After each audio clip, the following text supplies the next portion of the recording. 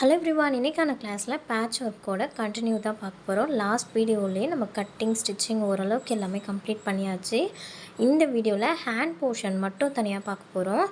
கையில் என்ன டிஃப்ரென்ஸ் கொண்டு வரோம்னா, பஃப் வச்சு கீழே பார்டர் கொண்டு வர மாதிரி.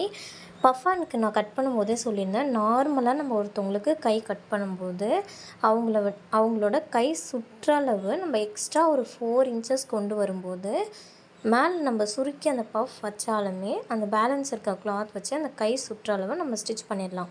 இந்த கிளாத்தில் பஃப் வச்சுட்டு பார்டர் வைக்கிறதால நம்ம டைரெக்டாகவே கிளாத் மேலே லைனிங் வச்சு ஸ்டிச் பண்ணிடலாம். டிஃப்ரென்ஸ் புரிஞ்சுக்கோங்க. நார்மலாக ஒரு லைனிங் ப்ளவுஸ் தைக்கும்போது அந்த நல்ல கிளாத் மேலே லைனிங்கை ப்ளேஸ் பண்ணிவிட்டு 1 இன்ச்சோ இல்லை 1/2 இன்ச்சோ தைச்சி டோட்டலாக திருப்பிட்டு அதுக்கப்புறமா தான் சுற்றி தையல் போடுவோம்.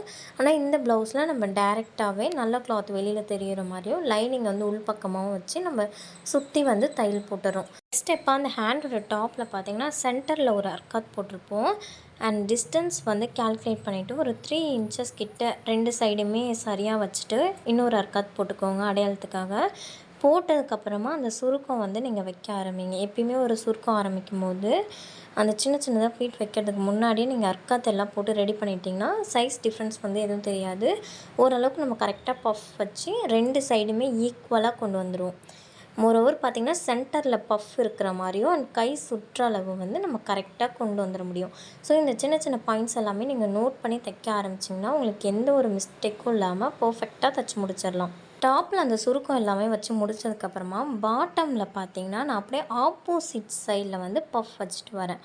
நார்மலாக நம்ம சேம் சைடில் பஃப் வைக்கும்போது என்ன ஆகும்னா, ஒரு சாரியில் ப்ளீட் வைக்கும்போது பார்த்திங்கன்னா மேலேருந்து கீழே வரைக்கும் ஒரு ஈக்குவலாக சமமாக வருது இல்லையா, அந்த மாதிரி ஒரு லுக் கிடச்சிரும். பட் பஃபனுக்கு அந்த மாதிரி தேவையில்லை. பஃப்ன்ற பேருக்கு ஏற்ற மாதிரி நல்லா பஃப்னு இருக்கணும். ஸோ அதுக்காகவே நம்ம ஆப்போசிட் டைரெக்ஷனில் பஃப் வைக்கணும். டாப் சைடில் ரைட் சைட் பார்த்த மாதிரி நீங்கள் பஃப் வச்சிங்கன்னா பாட்டமில் லெஃப்ட் சைட் பார்த்த மாதிரி சேம் அந்த மெஷர்மெண்ட்டுக்கு ஏற்ற மாதிரி நீங்கள் பஃப் வச்சு ஃபினிஷ் பண்ணிவிடுங்க.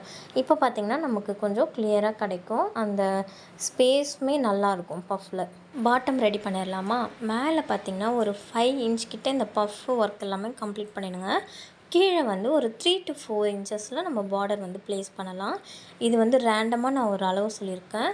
நீங்கள் டைரெக்டாக உங்கள்கிட்ட யாராவது தைக்க வராங்க இல்லை நீங்கள் உங்களுக்கே தைக்கிறீங்க அப்படின்னா அளவை ஃபஸ்ட்டு எடுத்து கால்குலேட் பண்ணிக்கோங்க. அதுக்கப்புறமா நம்ம பஃப் ஃபினிஷ் பண்ணிவிட்டு கீழே பார்டர் கொண்டு வந்துடலாம். நெக்ஸ்ட் ஸ்டெப்பாக பாட்டம் ரெடி பண்ணுறதுக்கு லைனிங்கில் நீங்கள் ஒரு பீஸ் ரெடி பண்ணணும். அந்த கார்னர் பார்டருக்கு ப்ளேஸ் பண்ணுறதுக்கு இதுக்கு எவ்வளோ இன்ச்சஸ் வைக்கலாம் அப்படின்னா, நீங்கள் ஆல்ரெடி பஃப் வச்சிங்க இல்லையா, அந்த கிளாத்தில் கீழே கார்னரில் எவ்வளோ லென்த்தில் உங்களுக்கு கிளாத் துணி முடிஞ்சிருக்கு அப்படின்னு பார்த்துட்டு அதுக்கேற்ற மாதிரி லைனிங்கை கட் பண்ணி லைனிங்கை பார்டர் கிட்ட ப்ளேஸ் பண்ணிவிட்டு 1/2 இன்ச் தைக்கணும். தைச்சி திருப்பிட்டு அந்த இடத்துல படிமான தையல் போட்டுக்கோங்க. பேலன்ஸ் இருக்கிற கிளாத்தில் கார்னரில் ஒரு ஸ்டிச் போடுவோம் இல்லையா, அந்த ஸ்டிச்சஸ் போட்டு கிளாத் எல்லாமே நீட்டாக கட் பண்ணி எடுத்துக்கோங்க. இப்போ ரெடி பண்ணி வச்சுருக்க இந்த பார்டர் பீஸை ஆல்ரெடி நம்ம ஸ்டிச் பண்ணி வச்சுருந்த பஃப் கூட சேர்த்து ஜாயின் பண்ணுங்கள். ஜாயின் பண்ணும்போது ஓரமாக ஒரு 1/2 இன்ச்சுக்கு ஸ்டிச் பண்ணிவிடுங்க. இது எந்த மெத்தட்னாலும் நார்மலாக ஒரு பீஸை நம்ம ஜாயின் பண்ணிவிட்டு படிமான தையல் போடுவோம் இல்லையா, அதே போல் தான் மேல் பக்கமும் நம்ம ஃபினிஷ் பண்ணிவிட்டு கீழே ஜாயின் பண்ணுறது பார்டராக இருக்கணும். ஜாயின் பண்ணிவிட்டு ஃபினிஷிங்க்காக படிமான தையல் போட்டிங்கன்னா உங்களுக்கு ஹேண்ட் போர்ஷன் ரெடி ஆகிடும். இந்த பேட்ச் ஒர்க் ப்ளவுஸில் நம்ம நிறைய விஷயம் கற்றுக்கிட்டோம். ஃபஸ்ட்டு பார்த்திங்கன்னா பேக் நெக்கில் டிசைன் கொண்டு வர்றது, லேஸ் ஒர்க் வைக்கிறது, பைப்பிங் பண்ணுறது. அண்ட் நெக்ஸ்ட் ஸ்டெப்பாக ஹேண்ட் போர்ஷனில் பஃப் ஸ்லீவ் நம்ம ஃபினிஷ் பண்ணிட்டோம். இப்போ ஷோ பண்ணுறது எல்லாமே பேட்ச் ஒர்க்கோட கண்டினியூ தான். இதுக்கப்புறம் நம்ம ஜென்ரலாக எல்லா போர்ஷனுமே கம்ப்ளீட் பண்ணியாச்சு. லேஸ் எல்லாம் வச்சு ஃபினிஷ் பண்ணியாச்சு. இதுக்கப்புறம் பண்ண போகிற ஒர்க் எல்லாம் நீங்கள் நார்மலாக எல்லா ப்ளவுஸ்க்குமே பண்ணுவீங்களா, ஷோல்டர் ஜாயின் பண்ணிவிட்டு ஹேண்ட் ஜாயின் பண்ணணும். அண்ட் ஃபைனல் ஸ்டெப்பாக ஃபிட்டிங் கரெக்ட் பண்ணணும்.